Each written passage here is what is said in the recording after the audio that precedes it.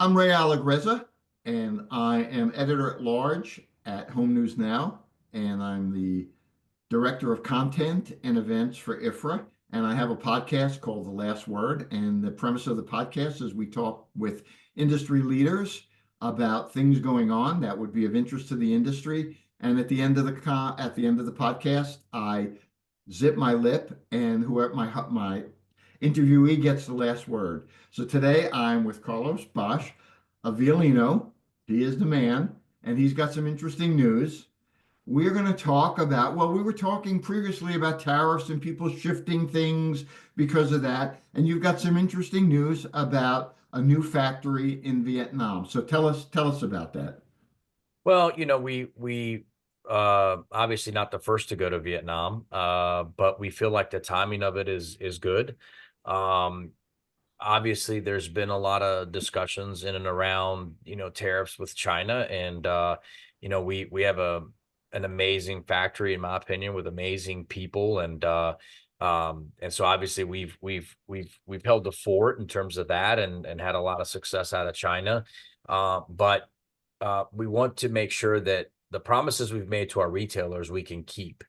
And if something happens outside of our control, we want to be able to pivot very quickly. So we're establishing a new factory in Vietnam, and the purpose of it is to create product that will dovetail really well with what we already do. But if certain circumstances came that we couldn't control or were outside of our again outside the scope of what we could absorb, we would be able to pivot quickly and again keep our promises to our retailers that we've made to them. Perfect. Tell me a little bit about the nuts and bolts of the factory. How many square feet, how many employees, the capacity, the kinds of things that a retailer might say. Carlos, you've got this new factory in Vietnam. Tell me how that's going to work. What does it look like? What will it do? Sure. Well, we're looking at approximately 350,000 square feet to start. We do have plans and we do have the opportunity there to expand if we want to. So we're going to start with approximately 350,000 square feet. We're going to employ in Vietnam anywhere from 500 to 1,000 employees. That's our initial goal. And then from there, we're going to build it. As far as capacity, even at our current factory, that's always a loaded potato when you ask me a question like that, because we only run one shift. And we're very efficient in what we do. And so in Vietnam, initial capacity, it could be anywhere from 100 to 200 containers a month, with the capability of increasing that pretty quickly and again double that or triple that. So we have a plan where we could do it pretty quickly if we need to increase capacity. Terrific. So when might the industry start seeing finished goods from that factory? Is there a time? That's a good question. Yeah, that's a good question. We're probably going to start producing at the end of the first quarter. We've already started we've obviously we have our location. We're starting to bring in equipment, hiring people. So we're probably going to start producing, I would say, end of the first quarter of 2025. Perfect. So let me ask you this. How does the second factory fit into Violino's short-term and long-term strategy? You talked a little bit about it, about having kind of a safe zone in case something gets jammed up, but what's the vision short-term and long-term? Yeah, I mean, I think out of Vietnam, we're going to start making product that would fit into people's assortments, and again, as I said earlier, just dovetail well with what we already do for them. And so we kind of see this as an opportunity to have other things that we don't necessarily do out of China yet.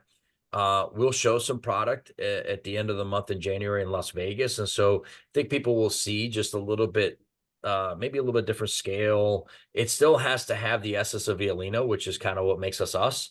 So we're not departing from that. We're not changing our strategy. We're not doing any of that. But it will be something that we do that I think, uh, just do a little differently to be able to accomplish potentially different looks, and also maybe even different price points.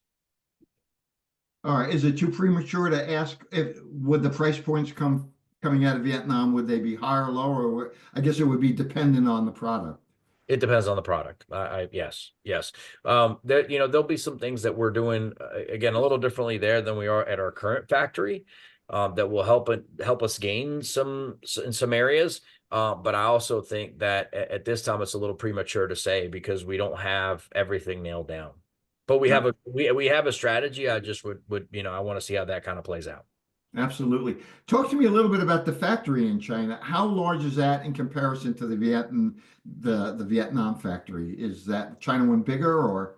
Yeah, we have about a million square feet in That's what China. I thought. Yeah, and we're basically in one facility. Our whole campus is one facility.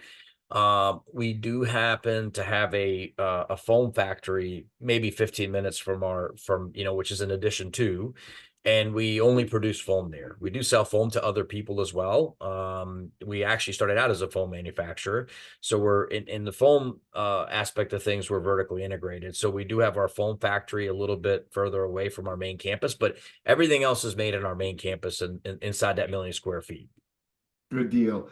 We talked about earlier, you were helpful on an article we did about Trump administration and the proposed tariffs, and now he's talking about an extra 10% on China. So how much did the tariffs factor into opening the factory, and how much um, was driven by the desire and the strategy to maybe do some different price points and different looks? I think, I think I think both factors made us sort of make the jump. If I'm being honest, I think that um, we don't know where the tariff is going to go. We don't know exactly, what. There's been a lot of people say that this is going to happen and that's going to happen, and truthfully, nobody knows. But so that was a factor, but there are other things that were factors in it as well. So I would say both of those factors made a decision for us to go there easy. We have to be there, and again, a lot of it is we take our responsibility to be able to supply our retailers the way we've promised them extremely seriously, and we can't afford to just one day say, hey, we can't provide that for you, because there's a lot of slots that we have that are multi-million dollar slots at retail, and I cannot. We don't want to operate in a way that a retailer has to be nervous about us being able to supply. That's not going to happen. Absolutely. In terms of the new factory, would you say that it's on par with the China factory in terms of automation and technology, or because this one is newer, are there new technologies that you're going to bring over that weren't available when you had the China, or are they pretty much on par in terms of efficiency and technology? They're going to be on par in terms of the efficiency and the technology, but there's going to be things that we continue to do in China that at this time we may not necessarily do in Vietnam. So, for example, there's different ways to produce product. There's assembly line concepts, there's cell construction, there's bench made. At this time, it's going to be more of a concept of assembly line, and it's going to be a concept of, we may have some areas where we do some cell. But for the most part, like the Benchmade product will stay in China, and we're going to be doing a little bit more efficient product out of Vietnam. So if somebody said to you, how will the Vietnamese factory make you even more valuable to your customers? What would you tell them? Well, one is, I think, for our current retailers, having the safety net if something was to happen and know that we can pivot quickly is huge. We've been, Ray, we've been extremely blessed, and we have amazing partners and retailers that have supported us. And again, we want to be able to be there for them when they need us, and so that piece of it, is huge for us. Um, Otherwise, the opportunity to buy a different assortment with some maybe different covers and some different flair out of another factory is also, I think, an add-on bonus. And once we show the product, I think people will start to understand, hey, this thing could work. And again, I hate to keep using the term, but it'll dovetail well with what we're doing out of China for sure. Don't hate to use the term because it's appropriate and it works. So you probably got a game plan in your mind. How do you measure the success of the new factory? Um, Um, how you mean like in our mind, what would be a successful uh what would make this factory successful, I guess is what you're asking. For Yeah, us, again, I hate to almost sound repetitive, but if we have a solution for certain things that we would like to do that we can produce in Vietnam and customers can take advantage of that value proposition, that's great. The biggest thing is the safety that we give our customers to know that we can pivot quickly if something was to happen. You know, they can sleep at night, they can be comfortable that we're going to be there for them, short term, long term. And so I think that obviously we need production and we need our retailers to support us in this venture for sure. But to just quantify it in terms of volume or dollars isn't necessarily the only thing that we're going to look at as success. For us, having that global production now is truly going to be, it's already successful. The fact that we're doing it, the fact that we're going to go there, and the fact that we're going to control it ourselves and we're not having somebody else make it, I think is in my mind is already going to be successful.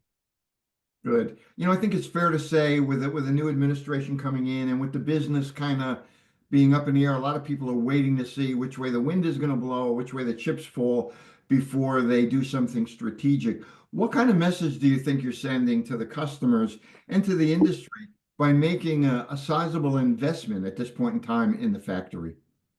We're here for the long term. We're here for the long haul. We're excited about where business is going. We feel comfortable with our positioning in the marketplace. We feel like there's a value that we bring to our customers, and again, a lot of it is just a tremendous amount of gratitude to our retailers that support us, and we want to continue to do what's necessary to to make them comfortable buying from us. Good. Last week I did a podcast with Todd Warnick of Ashley, and he was pretty optimistic about what's around the corner. What's your take? What do you see for the early part of next year? I always get these kind of like questions that are normal questions in the industry, but they're basic, and then everybody always has the same sort of similar response. I just feel like we're part of a very resilient industry, and we live in a country that's extremely resilient. So I'm always optimistic, even when things are not great in our country. Not great in this country at times is so much better than other places. And I've had the fortune of living in different countries and traveling and understanding what um, levels of suffering that we don't even understand here in the US. So I'm always optimistic. I'm always optimistic as it relates again to our industry and to this nation. Again, it's just it's a country that just always picks itself up by its bootstraps and it keeps moving. Now on that note, I think there's going to be some things that I'd like to see some things kind of calm down. We have a lot of uncertainty and stripes in different regions that do affect us and affect the consumer confidence. But I think hopefully a lot of that stuff will start to calm down and people around the world could stop suffering. And but I'm optimistic about the business in the next year, 2 years. I think I think there's going to be an upswing for sure. All right, good deal. As I told you at the beginning of this little episode, it's called the last word because you get the last word. I'm going to zip my lip. Any final thoughts or anything you want to share with the viewership about the company, the industry, anything at large? Final wrap-up thoughts. They're yours.